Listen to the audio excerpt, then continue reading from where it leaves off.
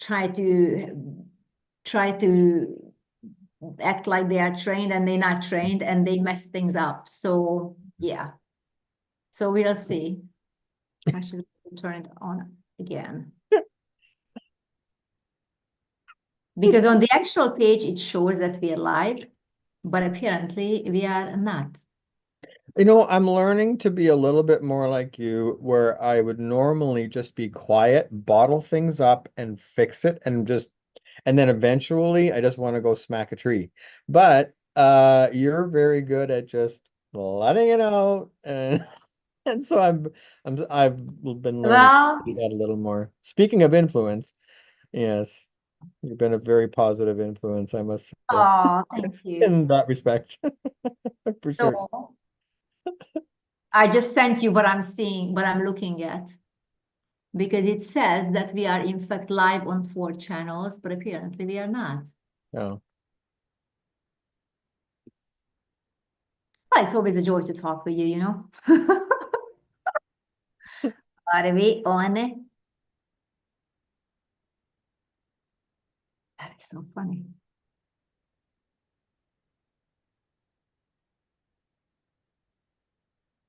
Yes, because on the Facebook pages, I didn't see it either, but then I checked, and on YouTube channels, I did see it.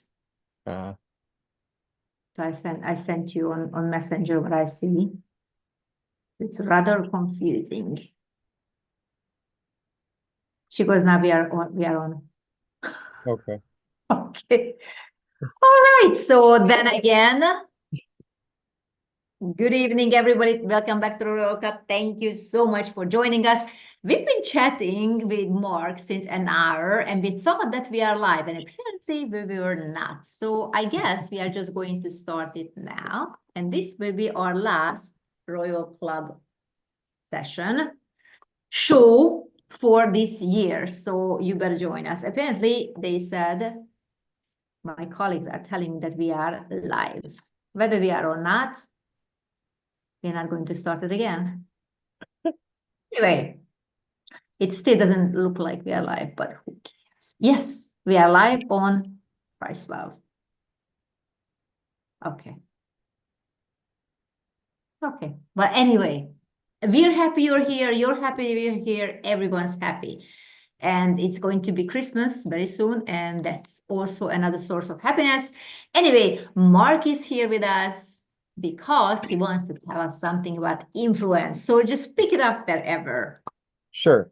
Well, since people didn't hear the first part, I really think that it is quite important. So I am just going to say that very short story again. So Kevin Lehman from Focus on the Family told a story about his daughter, how she wanted to go in a different state, go see her grandmother and grandfather, and they had to fly there. So instead of just him putting her on the plane and sending her on her way and trusting all the flight attendants and so on, he went with. And the flight attendants were actually, because he was on the plane with her, they started a conversation, found this out, and said, well, you could have. Like, I don't know why you didn't trust us. And he said, look, it's not about whether I trust you or not. She's not your responsibility. She's mine. And so he took it upon himself to go through that to make sure that she was taken care of because of the influence. And then we were talking about daycare and how when you drop a child off daycare, what kind of influence are they receiving by the people who are looking after them? And scrolling down here a little bit so I can make sure I stay on track.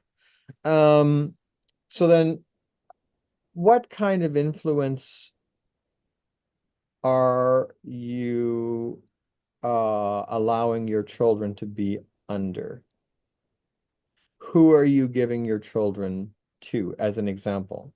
Now, I bring that as a child because that's easy to understand. What kind of influence are we allowing ourselves to be under? Also, that's also as important. Um, what we allow in our lives, we are going to uh how do I say that? Other people will be affected because that's what's in our heart, right? So it's yeah.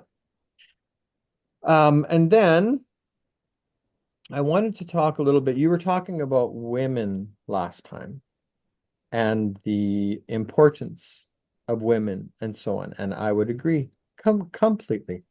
And growing up Mennonite, we did things a little bit different, where it was defined some of the roles that women had and some of the roles that men had. And it's not that they couldn't overlap.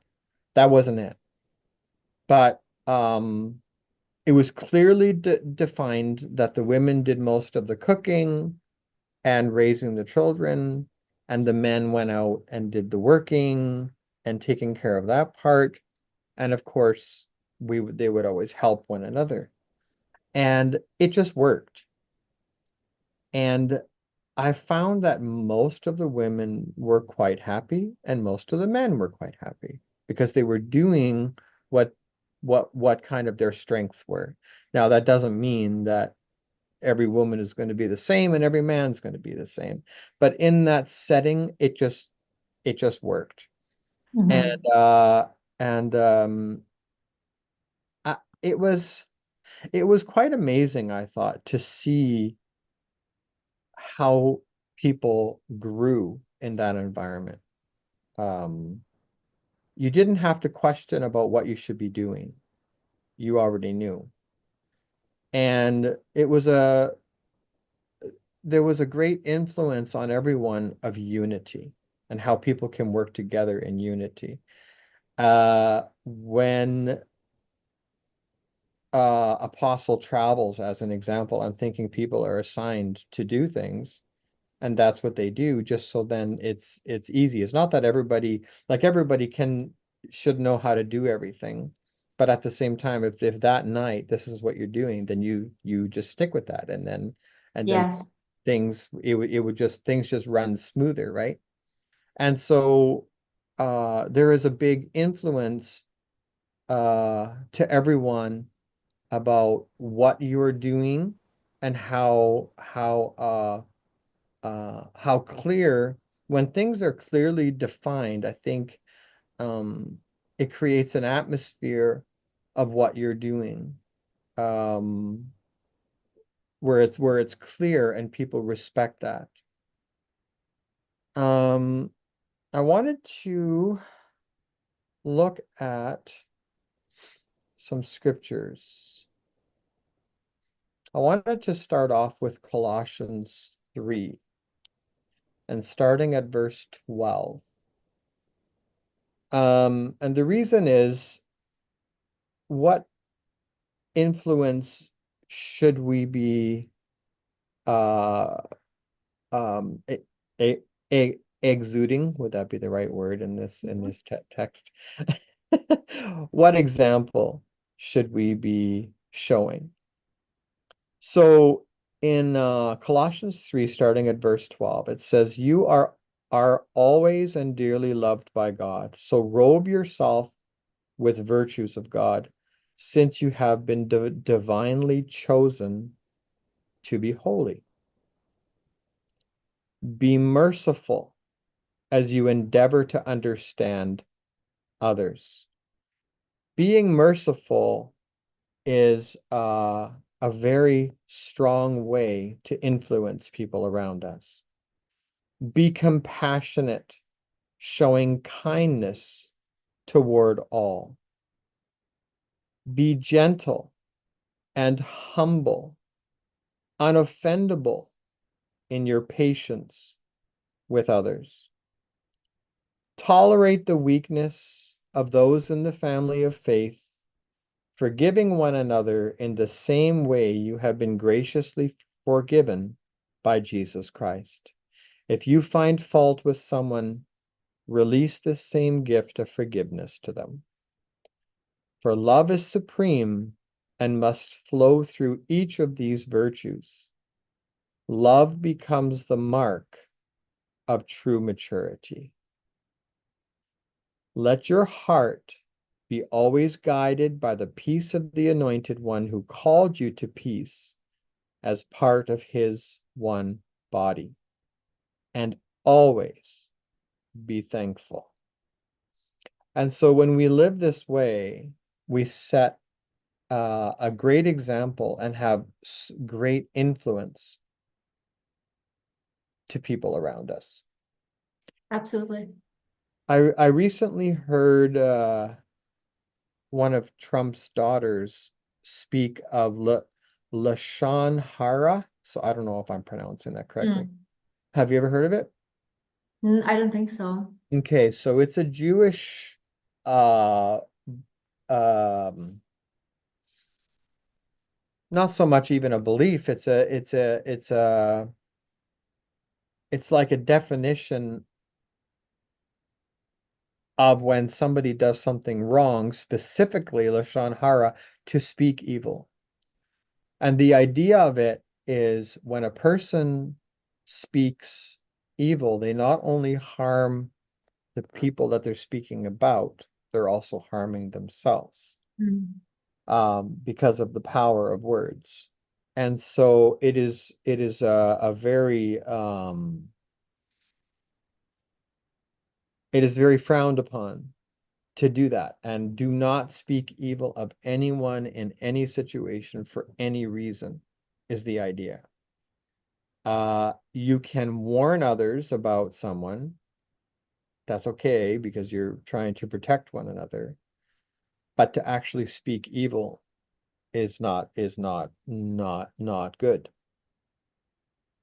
Romans 12 No, says, sorry. If Mhm. I can, if I can, just put in another question. So let's say you want to warn somebody about somebody. Yeah, How do you warn them without telling them what the issue right, is? right. Person? So that's where trying to remember what Pastor Eve Bassett, she said it so well. Um, uh, what did she say? Anyways, but there's a big difference between talking about someone for their help and to warn others as well, versus sharing something about someone, but you kind of almost have to like whisper kind of thing, you know what I mean? So it's It it has a raises lot the to, motivation. Is that what you say? yeah, it has a lot to do with your heart. Yes. So are you wanting help for this person or not? Okay, so here's a good example then. Let me give you an example. There was in Alaska, so Mary Glacier was a lady who came here in Edmonton in right around 2000, in there somewhere, the year 2000. What had happened is they had a revival in Alaska where she was, and she was actually leading the intercession team there, who had who led the influence uh, of the revival in that area. Jails were emptied, all kinds of different things. Wow. It was just Powerful. amazing, just amazing. So she came and she was sharing with, what they did and how they did it and so on. So she said one time the school, the principal had contacted her and said, listen, one of the teachers that was hired has now openly said that she's a witch, and she's going to have great influence on the children, and we don't like this. So can you please pray, because this is going to be bad for everyone involved. So they went to prayer. And this, she said, what they prayed was, and she says, your heart needs to be that you want to protect the person because God created this person, but at the same time, you want to protect everyone else from the evil that could come from this situation if it's if it's allowed. And so they prayed, Lord, I thank you that you bring this person to salvation in you, but you remove them from this situation and influence now, the way it is now, so that they don't harm anyone. And that's kind of that's kind of what I mean, right? And the result of that prayer, I guess I should say what happened. The result of that prayer was actually she went blind in one eye.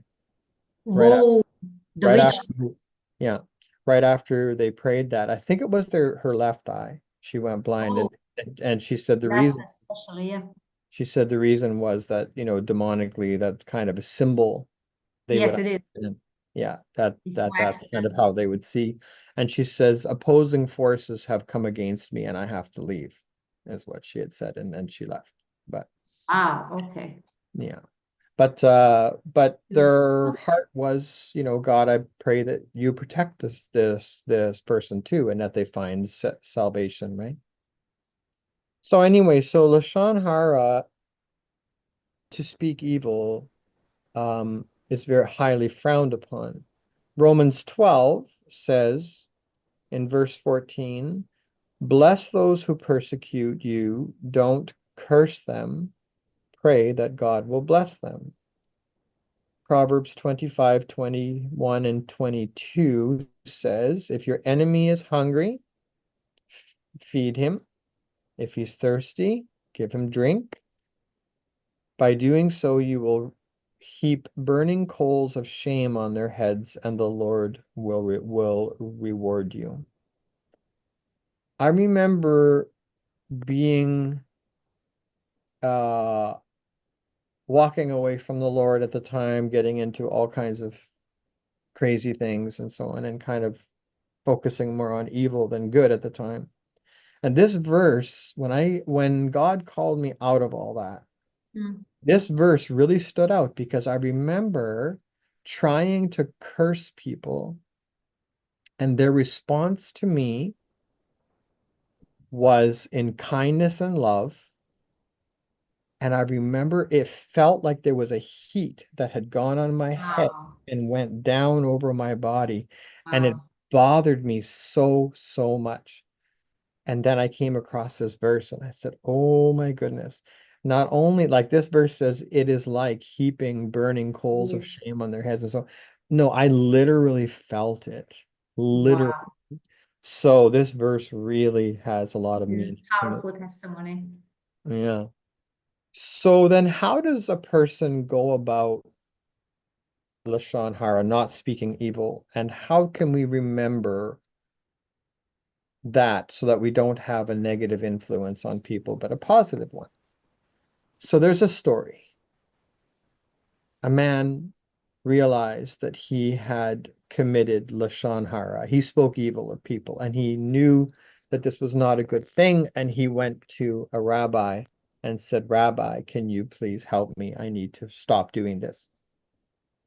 And he said, okay, do you have a pillow at Yes. home? He says, yes.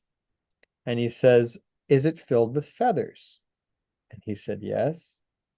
Okay. I want you to go home and I want you to grab that pillow and come back. Are you serious? Yes. Go grab the pillow.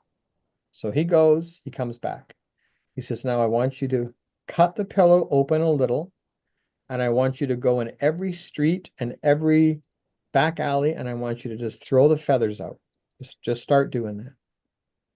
So he started doing that, and he emptied the pillow. And he comes back and he says, now what? He says, now I want you to go back out and pick up all those feathers and put them back in the pillow. And he says, that's impossible. He says, that is just like your words. Once they're spoken, how do you take them back? It is a very serious thing. You need to learn to not speak evil. Excellent example. So yeah, so I thought that was so good and so well spoken. So I thought that was really good. But that is, we can have that positive influence or negative influence on people, and a lot of it has to do with our heart. Uh, I read earlier how love um, demonstrates maturity. For love is supreme. Sorry, I should give the reference here. Colossians 3 and verse 14. For love is supreme and must flow through each of these virtues. And the virtues were gentleness, compassion, mercy, kindness, and so on, love becomes the mark of true maturity. And I think that's very important. So we've had a conversation as I've gone along, but that is what I wanted to share today.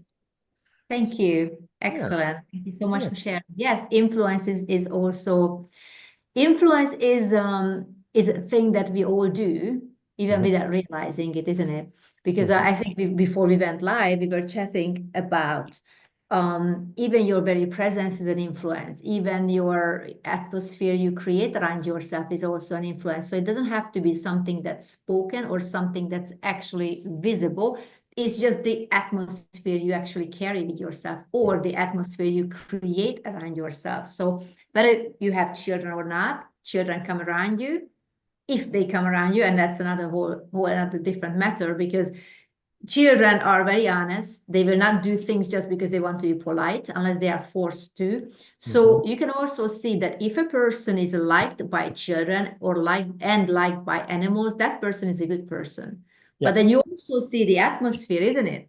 That when children just avoid a person, they can't really put their finger on it, but they just somehow feel the atmosphere. Even babies, they don't like being, they become squirmish, or they just want to, get away from that person's arm or something. So that, that's a clear indication that something's there. So that has to be the atmosphere we create around ourselves, even without words, isn't it? Yeah. And that is something that children pick up, even as young as, I don't know, I mean, babies probably too. And that teaches them good and bad. So that is something that, like, we cannot carry resentment. We cannot carry like an atmosphere of anger or aggressivity or even passive aggressivity, because they pick it up. Yeah, that's very true. So you want to always have harmony around you, calmness around you, peace around you. And then you will see the children and everybody else want to be around you and hang around you, because the atmosphere you create. So yeah, it's very important. Yeah. If a home is always stressful, that child will be stressed. And they can't tell you why they stress. They just always on edge, because that's what they pick up at home. Right. Terrible. Yeah. Very important.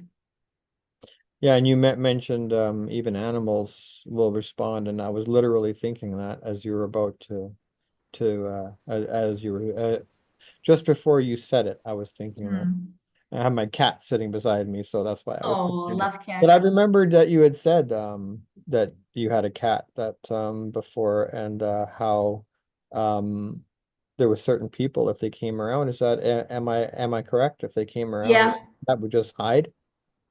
They would hide, mostly from children, because they knew that they're going to be just, Oh yeah. Yeah.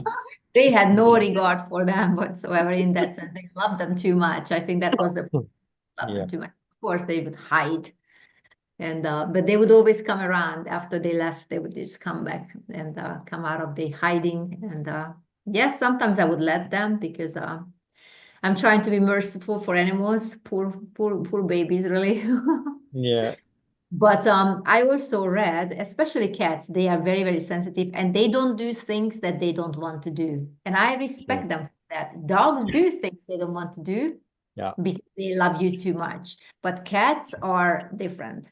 So if a cat does something that you want them to do, it's because that cat wants to do that thing, and also because they love you. So for instance, I think like the highest honor and highest trust is when they sleep with you.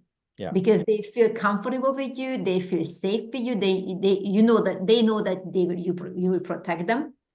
And also there are cats who don't want to sleep with you, and they are, or maybe it takes a time, but that's what I heard, that this is the highest honor, that they really relax, that they come around when you are sleeping, they want to sleep there. And it's their choice because of the atmosphere you create. But also cats are very, very sensitive to atmosphere. They want to be at peace. They want to be peaceful, isn't it? They don't like change. They don't like much movement.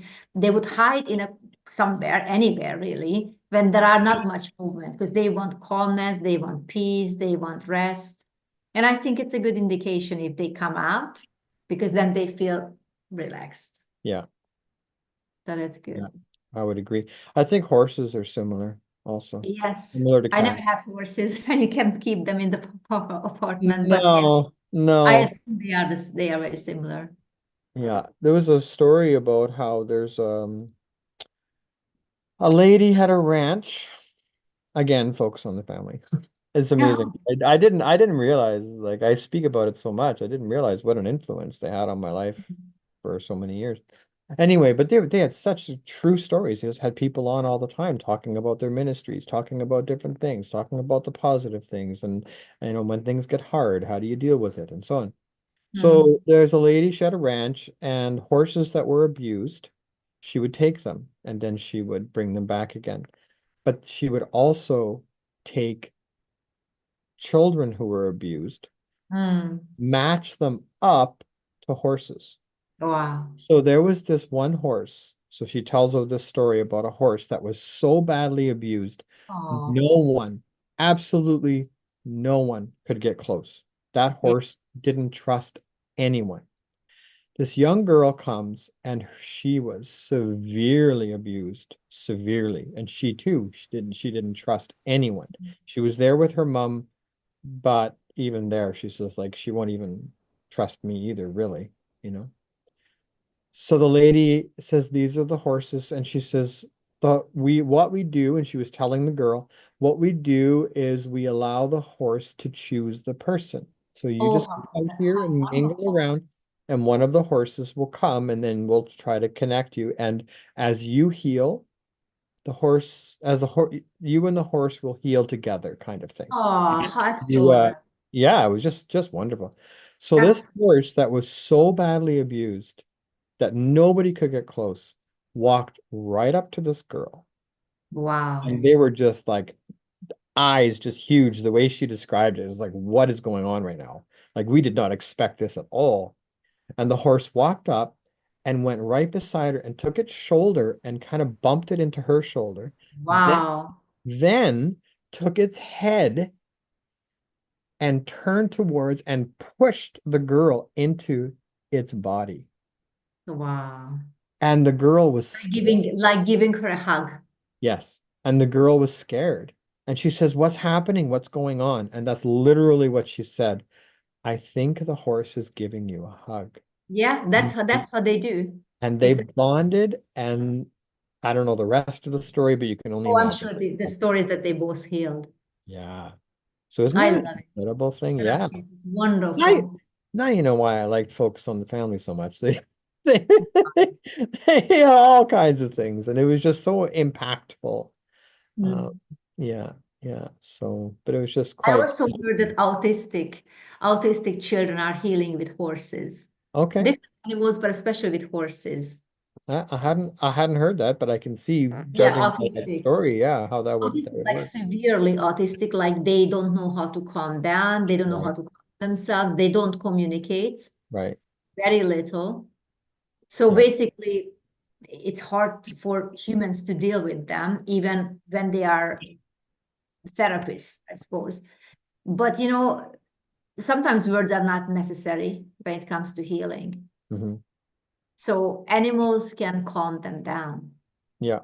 and vice versa. So again, the same way that because they trust the animal and the animal trusts them. Hmm. But the animal sees what we don't see. Most of the animals see the spiritual world. They literally see That's the demons and the angels.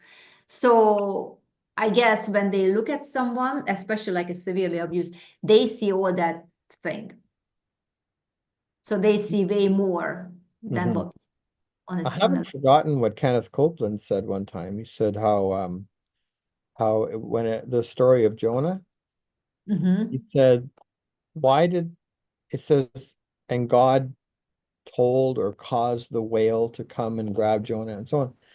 And he said, God is spirit.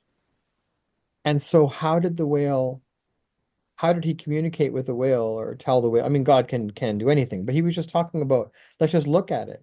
And he says, because animals, just like you just said, see spiritually. as well as physically.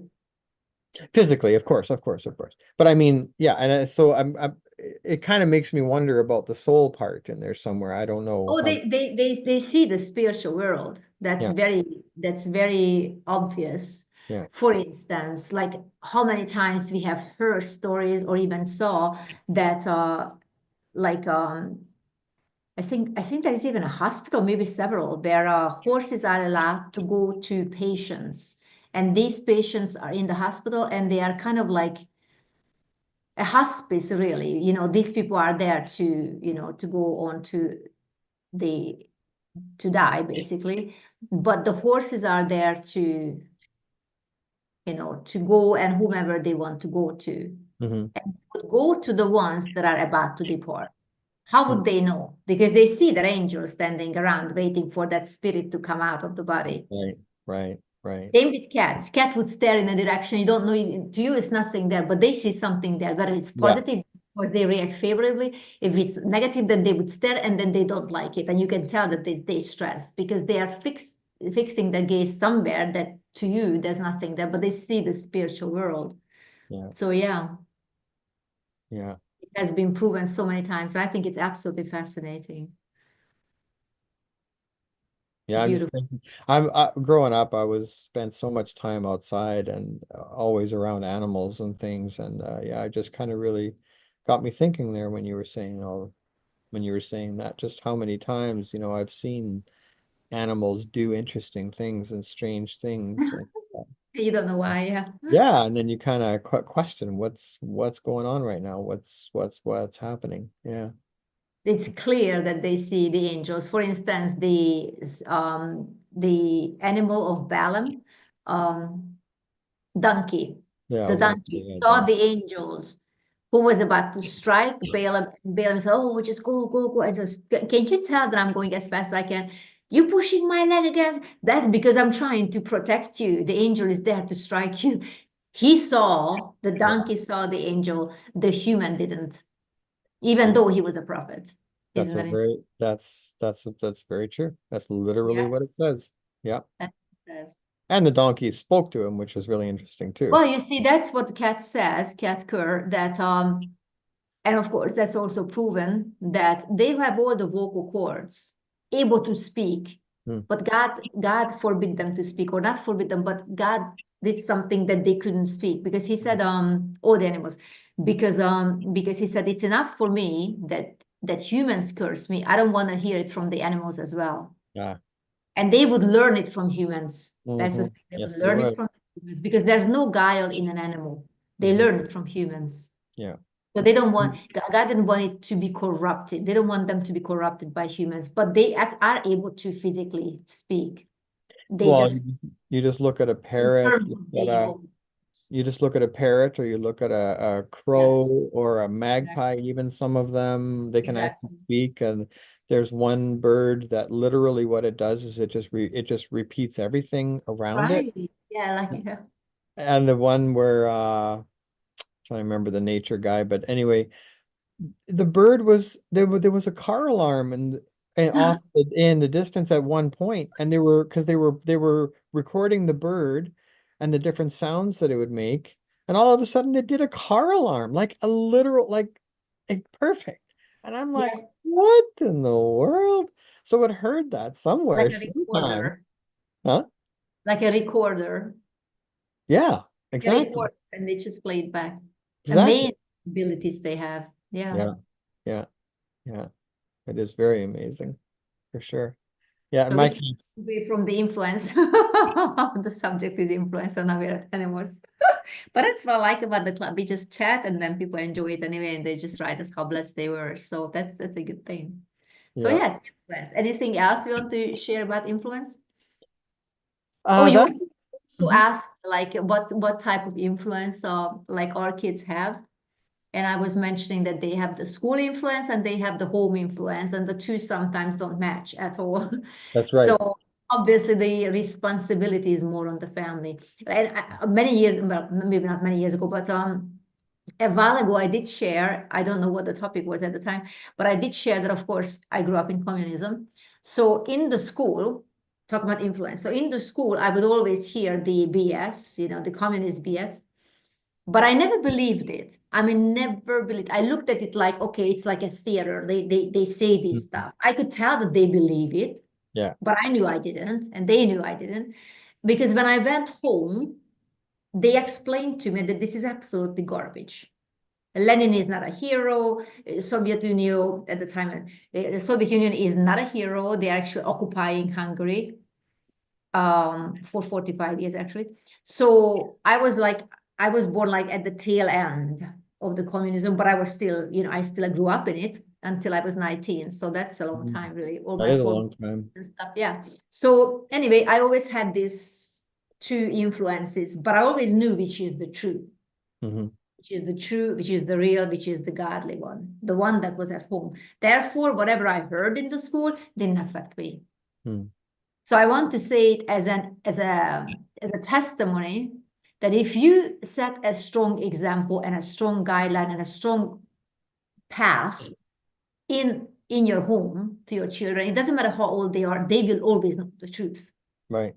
And they will always able to tell what is what, even if they hear the polar opposite in school, no matter how old they are, they will always have a good moral compass. They will always know what the truth is, and nobody can take them away from there. Yeah. So that's how influential a parent, a home, really, a home atmosphere is. So no matter the propaganda, none of us believed it. Neither of my brothers and sisters, neither of them, any of them, because we knew that we are Christians. We knew that those people are not Christians. They don't believe in God, or they claim that they don't. And the whole thing is about against God. And of course, we don't want to join them because we are for God. And that was the bottom line. That was the bottom line. And that's sometimes all you have to do to to show the child and to explain to the child, this is what it is. So don't get confused. No matter how nicely they try to entice you into their own thing, this is what it is. That's the bottom line. Yeah. And if they understand that, I'm sure they understand that. The children are, I think, much more perceptive than what we give them credit for. And they may not be able to verbalize it, but they will know exactly inherently what's right, what's wrong. But you need to show them. And then from that point onward, they will not depart from it. So I think the majority of the responsibility is on the parent and in the atmosphere of the home. So they can come home with all kinds of stupid ideas, but then it's like, excuse me, this is home. We don't do these things here. We don't say these things here. This is not the atmosphere we're trying to create here. So you just put your foot down and set the guidelines. Like, for instance, there is no telephone around the dinner table, no TV around the, I don't know, playtime. You guys communicate with each other. You guys play cards or whatever, or read. Hello. Just set the guidelines. Just because everybody else is watching the programs, that's the other thing. That's the other thing. I grew up reading because we didn't have television, not because we couldn't afford it, but because we didn't want to. Well, we did. Children wanted to have television, but my parents didn't want us to grow up with television. And therefore, we never watched any of these popular shows. I mean, I grew up without television. I think I was maybe 15 or plus when we had our first sets. When we had our first set of television. Wow. But the point is that we grew up literally without television. We had to play outside. We had to play with each other. We had to play games. We had to communicate. Imagine that. No telephone in those days, and we still survived. And the harder part was when you go like in the morning and everybody talks about last night's show in the television, and you just didn't watch it. You didn't know. We were the only ones in the whole school, huge school, who didn't own a television set, and people didn't believe it. It's, no, I never watched it because I don't have a television. We don't have television. Why? And I explained to them that because my parents think that they don't want us to be raised by television. So we read. So what do you do? Well, we read. Yeah, we read. Yeah. And at that time, we didn't have this distraction of the telephones. Now it's even worse. But the point is, there's always going to be something that distracts you for something that you should be doing, or something that would be better for you to do. So what a parent should do in terms of influence, because that's what we're discussing, take away their telephone, lock it, put a timeline on it, or something that my sister does it with the kids. So that's how I know there's this parent control thing, the time thing that that they literally can't go over, I think, 5 minutes or 10 minutes, however long you set it. So they actually have to do their own research, they have to do their own thinking, they have to do their own talking, and they have to do their own entertaining. That's the other thing. People walking on the streets with their stupid telephone because they literally have to be entertained all the time. Yeah. That's terrible. Adults, even. Yeah. It's true. Yeah, my work. They have no thoughts. They have no thoughts. So I can only imagine they have no thoughts on their own because they never grew up with books. Yeah. Because with books, you have to imagine. That's the thing. That's how you develop your imagination. Books are good influence. Obviously, you want to choose the books, but I mean, talk about in general, not a bad thing to learn how to read and write while you're reading the book.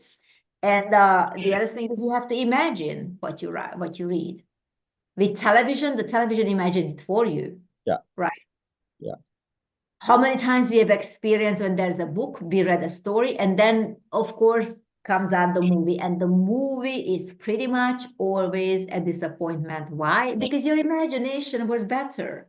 You imagine those, characters in Narnia, for instance, much better than what they portrayed it in the on the movies. And there were several remakes, actually, not just one, but none of them comes even close to the books. I think it's an absolute disgrace. And it didn't really pick up either. You could tell most people didn't like it. Yeah. The stories are wonderful, nothing wrong with the storyline, but the way it was presented, the characters, I think they don't come close to what I imagined. So I think I've seen them like once. I even own those, the Narnia stuff, on the in movie, but I think I got myself to watch it like once. But the books, I can listen to them and read them over again. That's not a problem. That's how powerful nothing can top your imagination. That's the thing. I think it was, maybe I got the name wrong. Andrew Warmack, does that sound right? Yeah, sounds familiar. But he was saying he's convinced that hope is imagination. That when you when for 38 years he was just boy, normally I'm better with names today for some reason. Todd White. What is he doing? Huh? Yeah, he's a minister, and he was just talking with Todd White, and they were having a conversation. So he for 38 years he said he and his wife struggled in their ministry financially. They were in debt, and they went bankrupt and whatever different things. And then God really showed him something about hope and imagination, how he began to literally stand in an area, like let's say that he was going to put a building up, was his vision, was his hope. And he would stand there on that spot and begin to preach, literally preach an entire sermon and so on, even though it was just dirt. And eventually everything came into place and they had a building, and it just kept going and going and going and going. He now has $1 billion plan. Wow, good. 38 years they struggled, and now he has a $1 billion plan, and they're just going to keep growing. And he said, for God it's so easy, but he says, how do you do it? And so he literally says he believes that hope is imagination to do that. So that was his definition. I'm not saying that's true. I'm not saying whatever. I'm just saying that's what he said, and that obviously it's working. Something's going on there. So but speaking of imagination, it is very, very powerful for certain. And we do need to guard our imagination, but at the same time, like for me growing up, we were told that imagination was evil, that you don't imagine things because it can lead you to somewhere that you don't want, and so on. And so obviously it was all based out of fear and so on. So that's absolutely not true. Imagination is a tool and a gift given to Very us godly. by God. Imagination is a godly thing. Yeah. Yeah, 100%. And so, I think that's a very, very powerful thing. And I agree with you totally that imagination is very important, actually, too. Yeah. Very Well, important. and I was going to say too, like, I used to listen to the radio a lot, and I've met some radio hosts. I don't mean in like a big formal way, having an Yeah. interview, whatever, but I happened to bump into them. It was kind of strange. It was kind of surreal. It's like, oh, I know that voice. Who are you? Yeah. Yeah, I know you. I listen to you on the radio. And very often I would say, you know what? You look absolutely nothing like you sound. Because I had Mm, an imagination, I of had an course. image in my I don't. mind about what they would look like. And then I meet them and I'm just like, nope, not even close. Wow. Every time too. Like it was Yeah, just, nothing can top your imagination. That's the thing. yeah, yeah. But you have to allow your imagination as a child, especially to grow and to develop. And if you miss that, especially in the formative year, formative years, if you miss that window, then of course the neuron pathways in your brain cannot develop that way. Yeah. I don't know what kind of, it would be interesting. Maybe I should do a study on it. It would be interesting to see what kind of brain these people have these days, Hmm. like the ones that grew up with the telephone. I don't think they have too many pathways. Honestly, I'm thinking Right. because they don't have to imagine anything. It was always imagined for them. It Yeah, was because like it's like a Mhm. food was chewed for them. You know what I Right. mean? Yeah, 100%. You ask Exactly. them, you ask them a question, and right away they're like, "Oh, let me check on my phone." Oh Right? gosh. Over and over and over again. At work, I see it all the time. And there's myself, I can do both, and I can easily Yeah. put my phone down, or if it's time to look on the That's phone, it's the thing. You can fine. put your phone down. Try Yeah. doing this with this generation. I don't know if they can, because And it's then there's, literally addicted. It's yeah. like it's embedded into their personality And in then there's, any daily activity. yeah. And then We there's can do both ways. That's a good one. Yeah, I think it's good. God was really helped me with that to be able to, because for a while I'm like, oh, I don't even need it at all. What do I need a phone for? Da, da, Yeah. da, da. Just all I need to do is phone and text, and that's it. Da, da, da. But I mean, in today's world, it's not really. You can, but you will be kind of left. Especially if you don't watch television, then of course you want to kind of inform yourself. Yeah. And the telephone is perfect for that. But most people do have the television and they do watch it a lot, and they also have the telephone in their hands all the time. So it's like, when do you have time to interact with people? Well, actually, we don't really have. All the time you see people sitting next to each other, even at dinner, and each of them are in their telephone. This is the most ridiculous and at the same time most tragic thing. Hmm. Young people and old, the same. Not old like, but 40 or something, 40 plus. So yeah, people can get addicted into that if they Oh want yeah, to. But absolutely. yeah, in Yeah. some restaurants they have you check the telephone at the door. In Mhm. some restaurants, I like that. I actually like. Oh really? I haven't seen that. Yes. Oh, because there's a gentleman, I can see his face right now.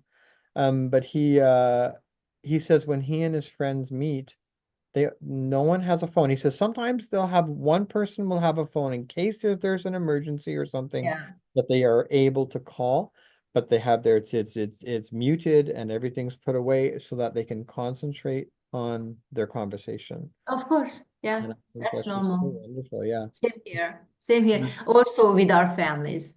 Mm-hmm. Also, nobody is addicted, apart from the children, nobody is addicted to a telephone ever, because we grew up without it, and because we make it a point not to. Yeah. And also, I mean, there's this meme that I'm old enough to remember that I went through a whole day without taking pictures of anything. Mm. And it's like Yeah. pictures of the dinner, pictures of the, I don't know, cat, this just, I mean, it just became a thing to take pictures. Everything. Yeah. Yeah. Terrible. Very, very true. There's It's two. nice to have the option, but to say that this is the only way you can live, Mhm. that's not okay. That No. just shows that something's wrong. So talk about influence. I think one of the things that we need to influence our children and even if we are not perhaps parents, but children in general, to put their telephone down and to talk with each other. Mhm. And if you are in any kind of authority position over them, then take the phone away. Yeah. They thank you later. Yeah, it's true. Yeah, It's they thank you later. Yeah, because really it is a true addiction. It can become that if a Yeah, person. and also it just basically robs them of having their imagination developed. Yeah. And robs them of the memory they could be creating with the people around them. Yeah. Because that's everybody has a telephone. And that lady that I had mentioned earlier about how she disciplines children and she's quite strict and so on, she honestly believes too that children shouldn't have access to phones. Oh, I believe that too. Yeah. I really liked her, actually. I'm gonna investigate her a bit more just because I like what she has to say and I kind of want to pursue that a little bit more. There's this saying that the phones are getting smarter and we are getting more stupid. Right. It's Yeah. true. Yeah. Because you rely on your telephone for everything. Everything. Yeah. Everything. Imagine if there's a shortage of, I don't know, power or outage or something. Right? That's What's exactly going to what I said. happen? You'll actually have to talk to the people you have around you. Oh my goodness. And you never spoken a word in like 10 years. Yeah. So how are you going to going to formulate your sentences? Yeah. Terrible. I think that day is coming actually. A couple years ago, year and a half ago, the banking system in North America here for a certain banks, they were all using a certain system. The whole system crashed. All right. Okay. Nobody could go to any business that was tied in with it, any banking system that was tied in with it, and any consumer that was tied in with it had zero access to each other, zero, Wow. completely cut off. The businesses closed their doors for that time until things were For how long though? because they couldn't process anything. Of course. So, sorry? For how long? Oh, it was only a couple days, but still, it was an eye opener. But even two Yeah. 2 days, I mean, you can lose a lot of money in 2 days. Oh And yeah. Yeah. repeat customers may have gone somewhere else now. And are you getting them back? Who knows, right? It's like, well, I don't know, those Yeah. guys, Yeah, whatever. that's tricky because like it happened once, then maybe it can happen again. So maybe I Yeah, won't go. yeah. And if they keep coming to you all the time and didn't realize that there was maybe something like whatever, you had a certain food and they always came in because that was their favorite, but they couldn't get it, then they go over here and it's like, wow, these guys have something even better now. Wow. That's true. That's true. What? Actually, this happened to me. It happened to Yeah. me. I ran out of my favorite drink, and then I went to the store next door, Mm. which I would never consider otherwise. And I thought, you know what, this is better. So now I don't care if they don't run out, you know. If they Mhm. run out again, not a problem. I just go to the next one.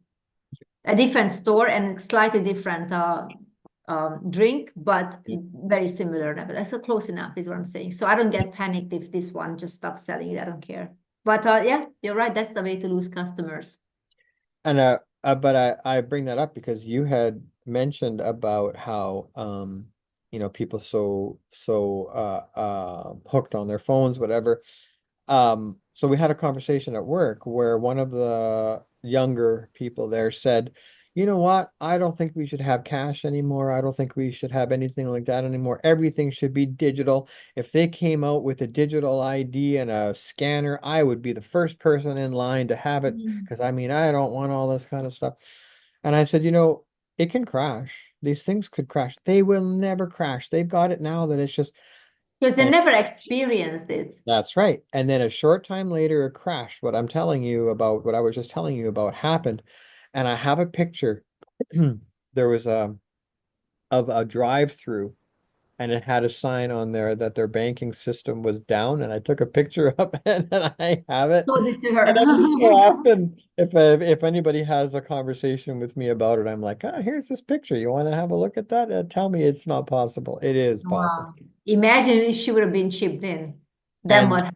No, there's no telling what happens if you're chipped in. So are you right. going to know your data? Does it have to be operated out of you? So what's going to happen? Yeah, well, yeah, that's the thing, right? Yeah, exactly. Who knows? Yeah. So Exactly. Who knows? Because there was no this trial period when they would actually You know, so literally no one knows what would happen if they would crash. Yeah. It's true. Yeah. Oh, gosh. Paper is good enough. And Cash gold. Yeah. And gold, right? Yeah, gold. I mean, it's Yeah. convenient to have, you know, oh, just slide your, I don't know, your finger or whatever. Yeah. But again, you never, number one, your money is not with you. You Mhm. don't know what it is really. Nope.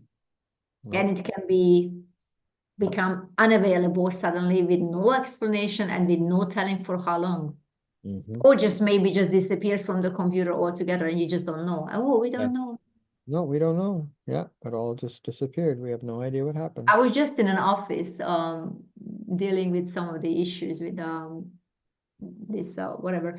And someone was at the I was sitting at a table, but next door a gentleman was sitting trying to sort out his business at another table. And the lady on the other end, whose job it would have been to tell him what happened to his 3 million forints, she said, I'm looking at the screen. I don't see where that money was taken off of your account and where it went to. Can you imagine? She Wow. said, there's no, we don't know where your $3 million was taken to. It wasn't hacked into. That office where what she represented took it, but there was no number that it would tell you where it went to. He goes, well, what I can do, go back to your bank. She said, go back to your bank, ask them to give you like this monthly Statement. the monthly statements, reports, whatever, and then try to find, you know, where it happened. Yeah, it's in April. Okay, go through April. That's what literally she said. Go through April and look at that amounts that you're looking for, that you're missing, and see what number it went to, because I can't see it on my screen, she said. I was like, what? You guys incassoled his thing, and you don't even have a recording on that on your own computer, and that's your job. So the guy has to hunt his money down. Yeah. Because now he doesn't even know who took it. And the lady doesn't know who took it either. And it wasn't hacked. That was not the issue. Wow. I was like, what? Oh my goodness. That's yet another reason I don't want to keep your money in the bank. Anybody just can think, and that the whole thing was an accident or a mistake. It wasn't even justified. But she wasn't even able to tell him where it went to. What? 2 or 24, and you don't know. Well, that's nice. But you want me to store my money there. I was like, this is so sobering. Yeah. So sobering. So anyway, don't chip yourself in. Hold on to your cash. Hold on to your gold. It will only go up. And we'll see. Trust God. So anyway, this has been another edition of our wonderful, beautiful Royal Club with Mark and with me. We will see you probably next year, but we just have to post when exactly that's going to happen. And happy, Merry Christmas. Have a wonderful, beautiful, blessed New Year, and we'll see you later. Have a good night. Thank you so much, Mark, for joining me. Love you. Say hi to your beautiful, wonderful family.